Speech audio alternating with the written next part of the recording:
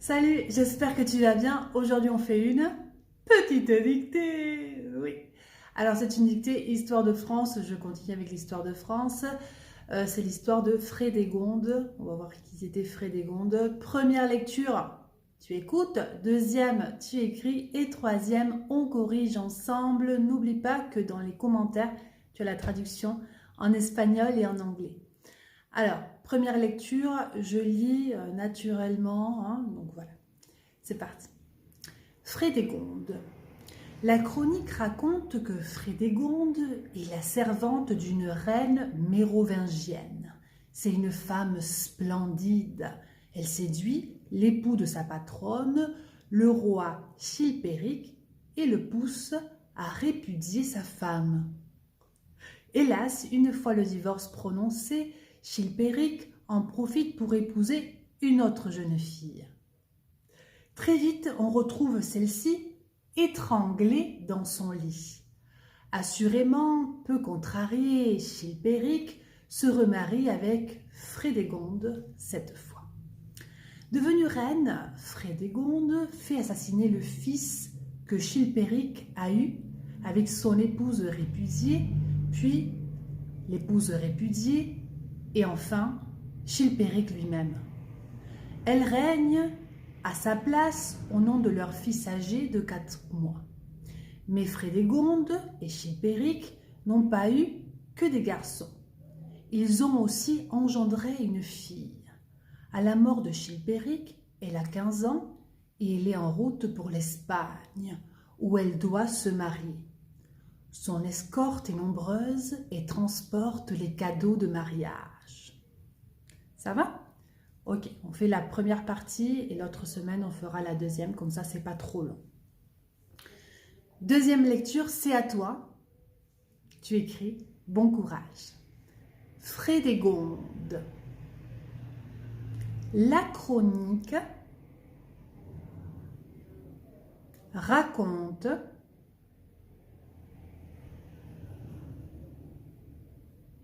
que Frédégonde est la servante d'une reine mérovingienne.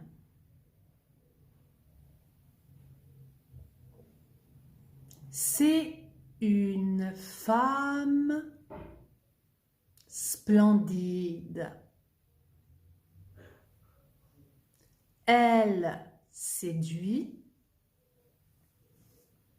l'époux de sa patronne, le roi Chilpéric, et le pousse à répudier sa femme.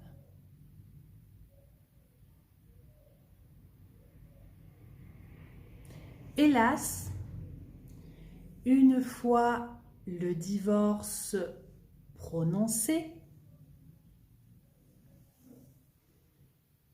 Chilpéric en profite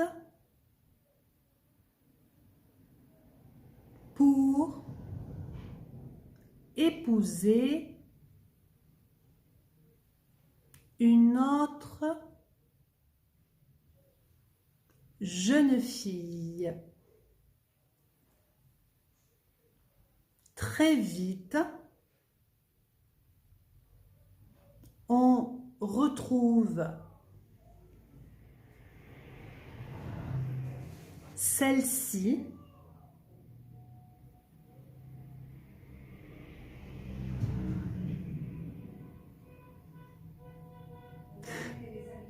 c'est compliqué, pardon, mais il y a le classico aujourd'hui. C'est le bordel. Ok. Je reprends.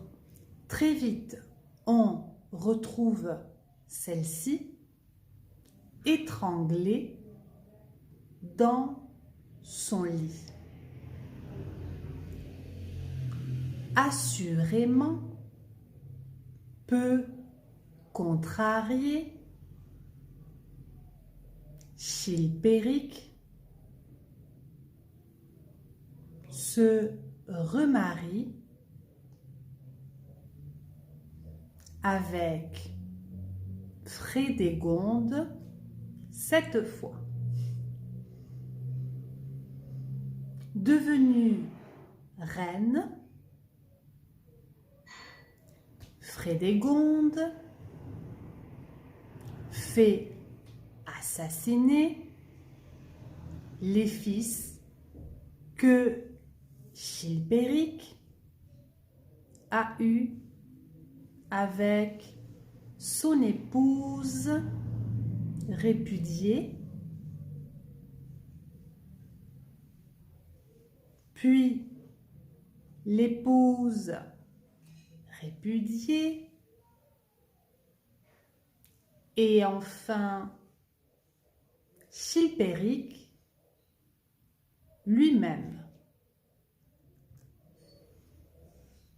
Elle règne à sa place au nom de leur fils âgé de 4 mois.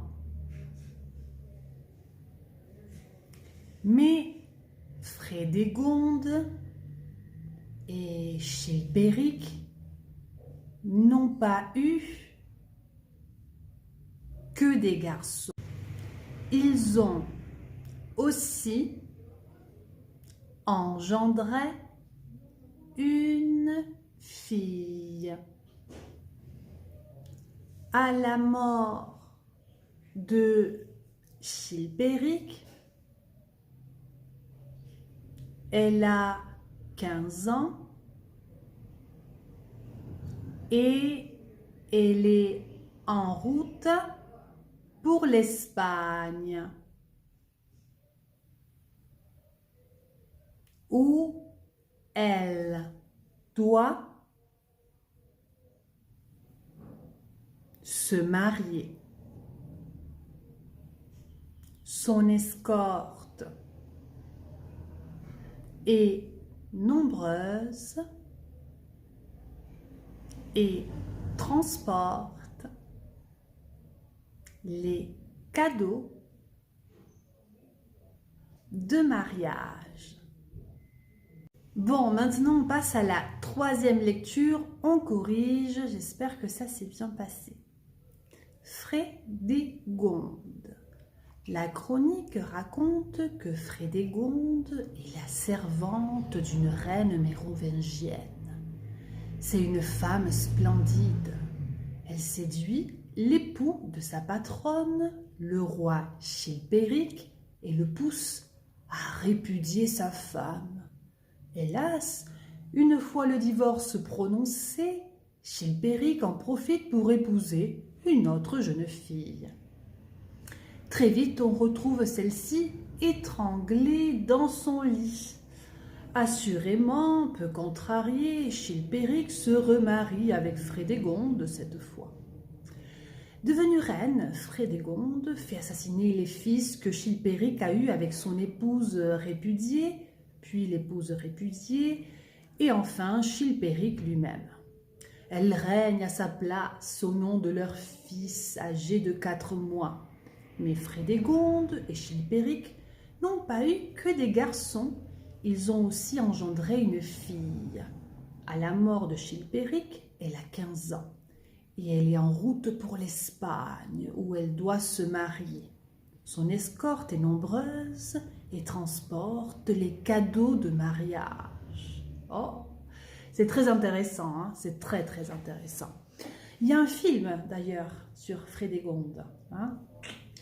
Bon, j'espère que ça s'est bien passé. Raconte-moi dans les commentaires si tu aimes mes dictées, si voilà, tu fais toutes les dictées. N'oublie pas que tu peux les retrouver maintenant sur ma chaîne YouTube, si tu préfères les regarder sur YouTube.